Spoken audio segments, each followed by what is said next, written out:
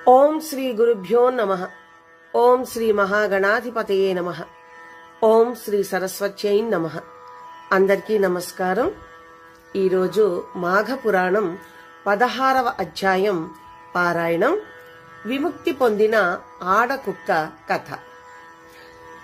వశిష్ఠుల వారు ఈ విధంగా అంటున్నారు: ఓ దిలీప మహారాజా, పార్వతికి పరమేశ్వరుడు చెప్పిన సుమంత్రుని కథ విన్నావు కదా. పార్వతి కోరికపై పరమేశ్వరుడు చెప్పిన మరొక గాథను కూడా వివరిస్తాను, విను. మాఘమాసములో నదీ స్నానము అత్యంత పుణ్యప్రదమైనది. ఈ మాసమందు 30 రోజులు విడువక నదీ స్నానము చేసిన వారు గొప్ప ఐశ్వర్యవంతులు కాగలరు. మాఘమాసమందలి నదీ స్నానము ప్రారంభించిన తరువాత వారు పడుతున్న కష్టములన్నీ క్రమేపీ అంతరించిపోవును. మాఘశుద్ధ చవితి నాడు భక్తి శ్రద్ధలతో మాఘమాస నదీ స్నానము చేసిన వారు వారి వారి నిర్మల హృదయత్వాన్ని అనుసరించి శ్రీహరి కృపకు పాత్రులు అవగలరు. ఇక్కడ భక్తి శ్రద్ధలు, నియమనిష్టలు, ఏకాగ్రతలు ప్రధానమైనవి అని పార్వతికి పరమేశ్వరుడు వివరించగా, పార్వతి మరల, నాథ, లక్ష్మీనారాయణులను ఈ వ్రతము ద్వారా ఆరాధించిన ఎడల వారి యొక్క కోరికలు ఈడేరునని చెప్పితిరి గదా. మరి ఆ మాఘమాస వ్రత విధానం, ఆ లక్ష్మీనారాయణులను ఎట్లు పూజించవలనో కూడా చెప్పి పుణ్యం కట్టుకోండి అంది. అప్పుడు పరమేశ్వరుడు పార్వతితో ఈ విధంగా చెప్పసాగాడు: దేవి, మాఘమాసమందలి శుద్ధ చవితి నాడు ఉదయాన్నే కాలకృత్యములు తీర్చుకొని అనంతరం నదీ స్నానం చేసి శుచిగా పవిత్రుడు కావాలి. తర్వాత నదీ తీరమందు గాని గృహమందు గాని మండపాన్ని నిర్మించాలి. ఆ మండపమును సర్వాంగ సుందరంగా రంగురంగుల ముగ్గులతో అలంకరించాలి. మండపము మధ్యలో అష్టదళ పద్మ ముగ్గును వెయ్యాలి. తరువాత రాగి చెంబునొక దానిని తీసుకుని అందు స్వచ్ఛమైన నదీ నీటిని పోసి మామిడి చిగుళ్లను అందులో ఉంచి దానిపై కొబ్బరికాయను పెట్టి దానికి కొత్త వస్త్రం కప్పాలి. లక్ష్మీనారాయణుల ప్రతిమను ప్రతిష్ఠించాలి. మండపం మధ్యలో సాలగ్రామాన్ని ఉంచి పూజించి ధూప దీప నైవేద్యాలని సమర్పించాలి. అనంతరం రాగి పాత్రలోని నీటితో అర్ఘ్యప్రదానము చేయాలి. పిమ్మట శ్రీమన్నారాయణుని మదిలో ధ్యానించి సూర్యునికి నమస్కరించాలి. ఈ మాఘమాస వ్రతమును ఆచరించువారు వారి తల్లిదండ్రులను, బంధుమిత్రాదులను, శ్రేయోభిలాషులను, గురువులను, పెద్దలను ఆహ్వానించి వారి సమక్షమందు నిర్వహించినచో అధిక సత్ఫలితాలని పొందగలరు. వారి శుభాశీస్సులతో మరింత ఉన్నత స్థితిని పొందగలరు. ఒక సద్బ్రాహ్మణునికి బియ్యము, బెల్లం, పప్పు, ఉప్పులు, కాయగూరలు, పండ్లు ఉంచి స్వయం పాకాన్ని ఇవ్వాలి. నూతన వస్త్రాలని దానమియ్యవలె. పిమ్మట మాఘ పురాణాన్ని స్వయంగా పఠించాలి లేక వినాలి. పఠించినప్పుడు గాని వినునప్పుడు గాని అక్షింతలను చేతిలో ఉంచుకోవాలి. పురాణ శ్రవణానంతరం ఆ లక్ష్మీనారాయణులను ధ్యానించి కొన్ని అక్షింతలను విగ్రహం పైనను మరికొన్నింటిని తన తలపైనను వేసుకోవాలి. కావున ఓ పార్వతి, మాఘ శుద్ధ చవితి నాడు మాఘ స్నానం చేసి ఆ లక్ష్మీనారాయణులను అత్యంత భక్తి శ్రద్ధలతోనూ నియమ నిష్టలతోనూ పూజించిన ఎడల ఎంతటి ఘోర పాపములైనను హరించుకుని పోవును. దీనికి నిదర్శనంగా నీకొక కథని విన్నవిస్తాను, విను అంటూ పరమేశ్వరుడు పార్వతికి ఈ విధంగా చెప్పసాగాడు. గౌతమ మహర్షి ఒకనాడు తన శిష్యగణంతో సహా తీర్థయాత్రలకు బయలుదేరాడు. అనేక పుణ్యక్షేత్రాలని దర్శించి పూజలు చేస్తూ మార్గమధ్యంలో కనబడిన సన్యాసులతోనూ భక్తి తత్పరులతోనూ భగవద్గోష్ఠులు సలుపుతూ మాఘమాసం వచ్చేసరికి కృష్ణానదీ తీరాన్ని చేరుకున్నాడు. అక్కడ శిష్య బృందంతో సహా పవిత్ర కృష్ణానదిలో స్నానం చేశాడు. అది మాఘమాసం అవడం వల్ల నదీ తీరమున ఉన్న రావి చెట్టును దర్శించుకుని ప్రదక్షిణలు చేస్తూ మూలతో బ్రహ్మరూపాయ, మధ్యతో విష్ణురూపిణి, అగ్రత శివరూపాయ, వృక్షరాజాయ తే నమః అంటూ శ్లోకం పఠించి ఆ చెట్టు కిందే కూర్చుని శ్రీ మహావిష్ణువుని పూజించాడు. మాఘమాస విశిష్టతను తన వారందరికీ చెప్పి ఆచరింపచేశాడు. మాఘమాసం అవడం వల్ల అక్కడే బస చేసి నిత్యము కృష్ణానదిలో స్నానం చేస్తూ పవిత్ర అశ్వత్థ వృక్షం కింద శ్రీహరిని పూజించసాగాడు. అంతలో మాఘ శుద్ధ దశమి రోజు వచ్చింది. అది శ్రీ మహావిష్ణువుకు అత్యంత ప్రియమైన రోజు. ఆ రోజు కూడా గౌతమ మహర్షి రావి చెట్టు మొదట శుభ్రం చేసి అలంకరించి ముగ్గులు పెట్టి పసుపు కుంకుమలతో బొట్లు పెట్టి మామిడాకుల తోరణాలతో చిన్న మండపాన్ని ఏర్పాటు చేసి అందులో శ్రీహరి ప్రతిమను ప్రతిష్ఠించి పూజాధికాలు నిర్వహించసాగాడు. శిష్య బృందమంతా అత్యంత భక్తి శ్రద్ధలతో గురువుగారికి సేవలు చేస్తూ శ్రీమన్నారాయణుని పూజించసాగారు. ఈ పూజా కార్యక్రమాన్నంతటిని ఆ సమయంలో అక్కడికి వచ్చిన ఒక ఆడకుక్క శ్రద్ధగా గమనించసాగింది. భగవంతునికి చేయుచున్న పూజాది కార్యక్రమాలన్నింటినీ రెప్ప వాల్చకుండా అక్కడే ఎదురుగా కూర్చుని చూడసాగింది. ఆ కుక్కను గమనించిన శిష్యులు ఒక చిన్న కర్రతో దానిని అదిలించి ఆవతలకి వెళ్లగొట్టగా ఆ కుక్క తనకు తెలియకుండానే చెట్టు చుట్టూ తిరిగి మరల వచ్చి చూడసాగింది.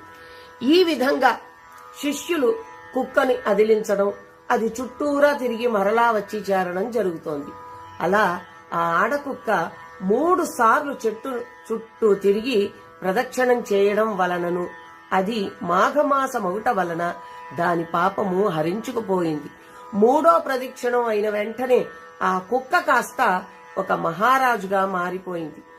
రాచరికపు దుస్తులతో సకల ఆభరణాలతో తళతళా మెరుగుచున్న ఆ మహారాజు గౌతమ మహర్షి ముందు నిలబడి ముకుళిత హస్తుడై వినమ్రంగా నమస్కరించగా ఆ వింతను చూసిన వారందరూ విస్తుపోయారు. అంతటా గౌతమ మహర్షి, ఓ రాజా, నీవెవ్వరవు? నీవెట్లు కుక్కవైతివి? నీ వృత్తాంతమంతయు వివరించు అని అడిగారు. దానికి ఆ మహారాజు, ఓ తాపసోత్తమ, నేను కళింగ దేశపు మహారాజు చంద్రవంశరాజును. నా పేరు జయచంద్రుడు. అన్ని విద్యలయందు ఆరితేరి అంతులేని ప్రావీణ్యతను సంపాదించాను. నా పరిపాలనలో ధర్మమునకు, న్యాయమునకు, దయా దాక్షిణ్యములకు కొదువలేదు. మిక్కిలి ధర్మయుక్తంగా ప్రజలను కన్న బిడ్డల వలె పాలించాను. గో భూ హిరణ్యాది దానములని ఎన్నింటినో చేశాను. ప్రజోపయోగ పనులని ఎన్నింటినో చేశాను. చెరువులు బావులు త్రవ్వించాను. మొక్కలను నాటించాను. సత్రములు కట్టించాను. అన్నదానములు తినదానములు ఎన్నింటినో చేశాను. పశు పక్షాదులకు కూడా ఆశ్రయం కల్పించాను. పుణ్య కార్యాలను ఎన్నింటినో చేశాను.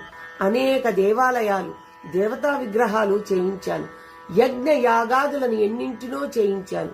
విద్యాలయాలు కట్టించాను. చేయవలసిన అన్ని పుణ్య కార్యాలు చేశాను. అయినా నాకు ఈ కుక్క జన్మ రావడానికి కారణం లేకపోలేదు. చెప్తాను వినండి. ఒకనాడు ఒక ఋషిశ్రేష్ఠుడు నా రాజదర్బారుకు వచ్చి, రాజా, నేనొక యాగం చేయ తలపెట్టాను. యజ్ఞము చేయుటకు అంటే మాటలు కాదు కదా, దానికి ఎంతో ధనం అవసరమవుతుంది. కావున ధనావసరమునకై నీ వద్దకు వచ్చాను అన్నాడు. అంతట నేను ఆ మునిశ్రేష్ఠునికి సకలోపచారములు చేసి ఉచిత రీతిని సత్కరించి, స్వామి, మీరు చేయు యజ్ఞమేమిటో తెలుసుకొనవచ్చునా అని అడిగితిని. అంతటా ఆ ఋషి పుంగవుడు, రాజోత్తమ, నీకు కొన్ని రహస్యములు చెప్పెదను వినుము. ఈ నెలయందు సూర్యుడు మకర రాశిలో ప్రవేశిస్తాడు. నాటి నుండి మాఘమాసం ప్రారంభం అవుతుంది. ఆనాడు సూర్యోదయమైన తరువాత నీవు ఏదైనా నదిలో స్నానమాచరించి భక్తి శ్రద్ధలతో భగవంతుడైన ఆ శ్రీమన్నారాయణుని పూజించి మాఘమాసం మాహత్యం చదువుట గాని చదివించుకుని వినినను నీకు వైకుంఠ ప్రాప్తి కలుగగలదు. అశ్వమేధయాగము చేసినంత ఫలము కలుగును. తీర్థయాత్రలు దాన ధర్మాలు చేసినంత ఫలము సిద్ధించును. మాఘశుద్ధ సప్తమి, మాఘశుద్ధ దశమి, మాఘశుద్ధ పౌర్ణమి నాడు గాని ఉదయాన్నే మాఘస్నానమాచరించినటో ఎంతటి ఘోర పాపము నుండైనా విముక్తుడువు కాగలవు. ఇది సత్యము. మాఘమాసమునకి అంతటి ప్రత్యేకత కలదు. ఇతర జాతుల వారి మాఘమాస వ్రతాన్ని చేసినచో వారు మరుజన్మలో బ్రాహ్మణ జన్మ ఎత్తగలరు. కావున నీవు కూడా ఈ మాఘమాస వ్రతమును చేసి ధన్యుడవు కమ్ము అని సలహా ఇచ్చాడు. మాఘమాస మాహత్యమును తెలియని నేను ఆ ముని సత్తమునితో, ఏమిటి, మాఘమాస వ్రతమును చేస్తే వైకుంఠ ప్రాప్తి కలుగుతుందా? చేసిన పాపాలన్నీ పోతాయా? ఇదంతా నేను విశ్వసించాలా? ఎక్కడైనా మంత్రాలకు చింతకాయలు రాల్తాయా? ఏం మునీశ్వర, నేనేమైనా మూర్ఖుడిని అనుకున్నావా నీవు చెప్పినవన్నీ నమ్మడానికి అంటూ ఎగతాళి చేశాను. ఇవన్నీ అతిశయోక్తులు కాని మరొకటి కాదు అంటూ ఆయన మాటలను కొట్టిపారేశాను. నేను ఏమీ చేయను, నేను చేసే పనులే నన్ను కాపాడతాయి అంటూ గర్వంతో విర్రవీగాను. మీ ఈ నీతి బోధలు మరెవ్వరికైనా చెప్పండి, నాకు కాదు అంటూ చులకనగా తీసిపారేశాను. ఆ ముని సత్తముని అహం దెబ్బతిన్నది. కోపమొచ్చింది. సరే రాజా, నేను నీ మేలు కోరి చెప్పదలుచుకున్నది చెప్పాను, తర్వాత నీ ఇష్టం అంటూ వెళ్లిపోబోయాడు. అంతటా నేనాయనను బ్రతిమాలి ఆయనకు కావలసిన ధనం ఇచ్చి సగౌరవంగా పంపించి వేశాను. పిమ్మట నాకు వార్ధక్యం సమీపించి మరణించితిని. అప్పటి నుండి వరుసగా 7 జన్మలు కుక్క జన్మ ఎత్తుతూనే ఉన్నాను. మీరు చేయు పూజాస్థలము చుట్టూ ప్రదక్షిణం చెయ్యడం వలననే మళ్లీ నాకీ పునర్జన్మ వచ్చినది. నా రాత ఇంత కాలానికి తిరగబడింది. విధివ్రాత తప్పించనెవరి తరము. కాని ఇన్ని జన్మల నుండి లేనిది ఇప్పుడు నాకు హఠాత్తుగా ఈ పూర్వజన్మ ప్రాప్తించుటకు కారణం ఏమై ఉండునో తెలియకున్నది. కావున మీకు తెలిసినచో నాకు విన్నవించండి అని గౌతమ మహర్షిని వేడుకున్నాడు. గౌతమ మహర్షి తన మేధస్సుతో చూసి, రాజా, మాఘమాసము దాని విశిష్టత పట్ల నీవు చులకన భావంతో ఉండడం వల్లనే నీకా కుక్క జన్మ సంక్రమించింది. కాని నేడు అదే మాఘమాసమున అదే వ్రతము జరుగుతుండగా నీకు తెలియకుండానే నీవు 3 సార్లు ప్రదక్షిణ చేసిన ఫలితంగా నీకు మరల రాజయోగ జన్మ సిద్ధించినది. మేము చేయబోవు మాఘమాస వ్రత నైవేద్యాన్ని తినడానికై నీవు వచ్చావు. కాని మా శిష్యులు అదలించడంలో తెలియకుండానే నీవు ప్రదక్షిణలు చేశావు. దాని ఫలితమే ఈ రాజజన్మ. కావున మాఘమాసమందు శ్రీమన్నారాయణునికి వ్రతము చేసినను, చూసినను, పఠించినను, విన్నను ఎంతటి పుణ్యం ప్రాప్తిస్తుందో అనుభవపూర్వకంగా గ్రహించితివి కదా. తెలియకుండానే ఇంతటి మహాపుణ్యం లభిస్తుంటే ఇక మాఘమాస వ్రతాలు, దాన ధర్మాలు మున్నగినవి ఆచరించినచో వచ్చు పుణ్య ఫలమెంత ఉండునో ఊహించగలవా అంటూ రాజుకు విన్నవించుతూ ఉండగా పక్కనే ఉన్న చెట్టు తొర్రలో నుండి ఒక కప్ప బెకబెకమంటూ వచ్చి గౌతమ మహర్షి పాదములపై పడి బెకబెకమంటూ గెంతుతూ అరుస్తూ మండపం వద్దకు వచ్చి శ్రీమన్నారాయణునికి చిత్రపటాలను, విగ్రహాలను చూచుచుండగానే అది ఒక అందమైన నవ యవ్వన తపస్వినిగా మారిపోయింది. ఆ కప్ప మునికన్యగా మారిపోవడాన్ని చూసిన గౌతముడు మున్నగు వారంతా ఆశ్చర్యచకితులయ్యారు. ముగ్ధ మనోహర రూపంతో ఉన్న ఆ మునికన్య అటూ ఇటూ చూసి గౌతమ మహర్షి వద్దకు వచ్చి ఆయన పాదాలకి నమస్కరించింది. గౌతముడు ఆమెను దీవించగానే ఆమెకు తన పూర్వజన్మ వృత్తాంతమంతా జ్ఞప్తికి వచ్చింది. అంతటా గౌతముడు ఆమెతో, తపస్విని, నీవెవ్వరవు, నీ పేరేమిటి, నీ వృత్తాంతమంతయు వివరించమని ప్రశ్నించాడు.